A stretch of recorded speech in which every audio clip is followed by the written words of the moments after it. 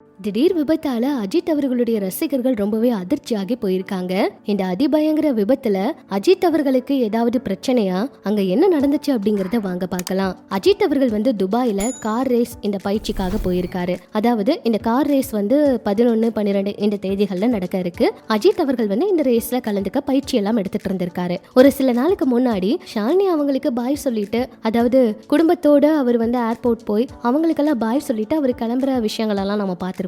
அந்த வீடியோ சமூக வலைதளங்கள்ல வைரலாச்சு. இப்ப அவர் துபாயில தான் கார் பயிற்சி எல்லாம் மேற்கொண்டுட்டு இருந்திருக்காரு.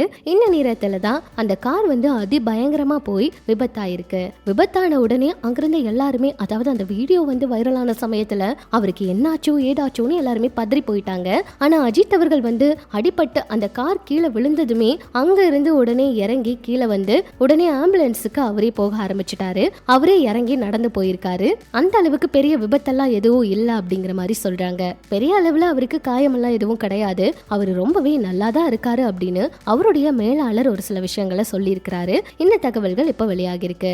அஜித் அவர்களுடைய அடுத்தடுத்த படத்துக்காக ரசிகர்கள் வெயிட் பண்ணிட்டு இருக்க நிலையில அஜித் அவர்கள் ரொம்ப பிஸியா அவருக்கு பிடிச்ச இந்த விஷயங்கள்ல கவனம் செலுத்திட்டு இருக்காரு. இந்த கார் ரேஸ் இதெல்லாம் அஜித் அவர்களுக்கு ரொம்பவே பிடிக்கும், எல்லாருக்குமே தெரியும். இந்த மாதிரி இருக்க நேரத்துல திடீர்னு இப்படி ஒரு வீடியோ சமூக வலைதளத்துல வெளியானது ரசிகர்களுக்கு ரொம்பவே அதிர்ச்சியை தாங்க கொடுத்திருக்கு. இப்படி இது ஒரு பக்கம் இருக்க, விடாமுயற்சி படத்தோட அப்டேட் வேட ரொம்பவே தள்ளி போயிருச்சு. சொல்ல போனா பொங்கலுக்கு இந்த படம் ரிலீஸ் ஆகும்னு சொன்னாங்க. ஆனா இப்ப அந்த படம் இல்ல அப்படிங்கிற மாதிரி சொல்லியிருக்காங்க.